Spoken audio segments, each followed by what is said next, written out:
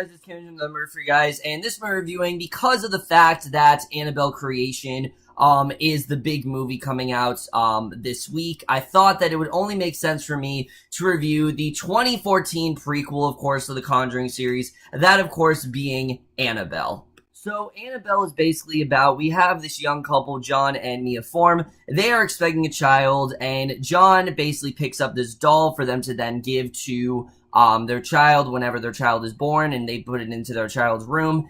And once they do that, weird shit starts to happen, and that's really all there is to say, because there's really not much else to this movie, honestly. So, Annabelle. Yes, I know this is a very long overdue review. I know I should review this back in 2014. I just didn't really feel like watching it. I heard it was a really dumb movie, and you guys know how much I love the Conjuring series. I think it honestly are some of the best horror films of this decade, to be completely honest with you. I think they're just incredibly well done. I think that they're really inventive, and they also are really great movies. Like, they're not just great horror movies, they tell really great stories. So I did have some hope in Annabelle just for that reason, hoping that just the littlest ounce of character could save this movie. And after watching it, nope, Annabelle pretty much sucks. I mean, this isn't a horrible movie, but it definitely is a bad movie. Like, I didn't absolutely despise it. It didn't, like, piss me off or anything, but I really did dislike this movie, especially when you compare it to The Conjuring and The Conjuring 2. I really have no idea how this movie turned out as bad as it is, but let's just get this movie starting off with the cast.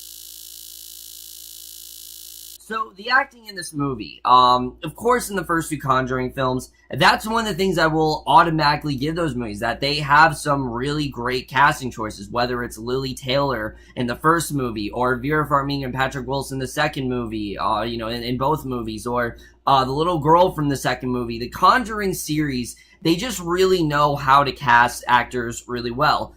This movie, not so much. I will admit, though, the main actress here, Annabelle Wallis, is not bad in this role. I actually thought she did an okay job. You get the sense that she's really scared. You get the sense that, she doesn't really know what she's really up against, and she's trying to uncover as much about this doll as possible, and I definitely did like her performance in the movie. I thought overall she did a really good job. It's more Ward Horton, on the other hand, that is a problem here. Ward Horton is just so wooden as this character of John. He's really not interesting, and that's, again, more of a character. Then we'll get more than that when we get to the script, which, damn, do I have a lot to say about that. But their chemistry in this movie is pretty much non-existent. I did not really feel that these two really cared about each other at all. It just seemed really forceful, definitely. I really was not a huge fan of their chemistry at all. And Ward Horton in particular, he really suffers in scenes where he's supposed to emote. You just don't really feel it all. He's really not that great in this movie. And like I said,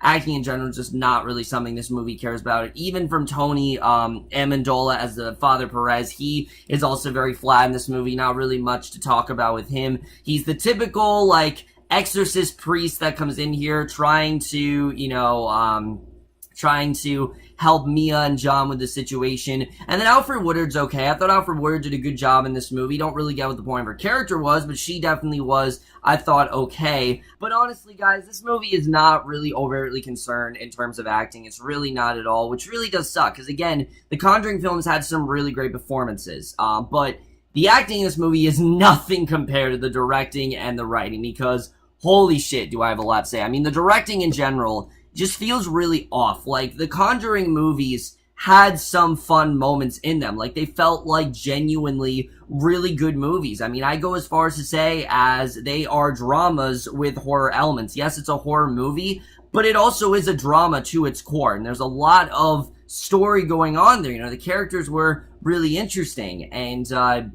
this movie just doesn't have that. The directing in general, it's so dark and gritty, and it just, anytime the movie's supposed to be fun or anything like that, it really falls flat very easily, and the movie's not creepy. Like, it's really not at all. It's so creepy to the point where it's funny. Like, I was laughing a lot in this movie, and not when I was supposed to be, that's for sure. A lot of moments just did not work out the way they wanted to at all, and I really thought the directing was very off of this movie. Like, John R. Leonetti, I think, is trying, but I just don't think he really captured the spirit of the first two Conjuring movies, at least in my personal opinion, I don't think he did, but the writing here is a completely different story. The writing in this movie is atrocious. It really is. I mean, if you want to talk about really, really bad horror movie writing, look no further than Annabelle. First of all, again, these first two movies had such great characterization, and you really did feel for these characters in the movie. When shit is happening to them, not only are you scared, but you're worried about this character's survival. You don't know if they're going to be able to make it out of this. You don't know how this is going to affect them. Ed and Lorraine Warren are some of the best horror movie characters written this decade, easily. I think they're some of the best written characters that I've seen, in a horror movie in years. Definitely. They're so well written. And I know they were real people, but that's part of the reason why they were so well written. These characters don't compare that at all. In fact, these aren't really characters. They're just very disposable characters. I mean, John and Mia are not interesting. There's really nothing about them. They're just a married couple that's having a baby, and that's really it. Oh, and John's parents split up. That's it. We don't really find out anything more to them, and right off the bat, it's nothing that really makes me want to latch on these characters. There's nothing that's like, oh, this character's really interesting. There's nothing where I'm going, oh, I really care about this character. I just didn't really, unfortunately. I really wanted to care about them, but I just didn't care about any of these characters. I really didn't, especially John. John is such an idiot in this movie. He really is. I mean, Mia constantly, she's telling him, oh, I heard this sound. He's like, oh, it's nothing. Oh, I heard this neighbor. Maybe she's having a problem. Oh, let's go to her house, because that's totally a good thing to do. I mean, there are so many dumb decisions the characters make in this movie. First of all, why in the hell would you buy someone a doll like this? Why did you ever think that was a good idea? Just looking at it for a second, it looked like it'd be a bad idea. So I don't know why John ever thought it was a good idea to buy his wife this doll. It just, I don't understand what the logic is there. And then, like I said, the way this movie goes is so predictable. I pretty much predicted beat for beat what was going to happen, and I thought the writing was definitely really dumb. I was not all a fan of it, and it's really the thing that does cripple this movie. Again, this movie could have been something great, but the writing is just really bad here, and I don't know what happened with Gary Dauberman, but he really did not know how to write a good horror movie at all, and I really do hope that he got his act here for Annabelle Creation, because he is the same person writing Annabelle Creation. I hope that he really does get his shit together, because this did not work at all. The cinematography is honestly okay. I was honestly impressed with how good the cinematography really was. I think that's one of the only things that's on the same level. There's some really well done shots in this movie, just Annabelle in general. There's some really good shots with that.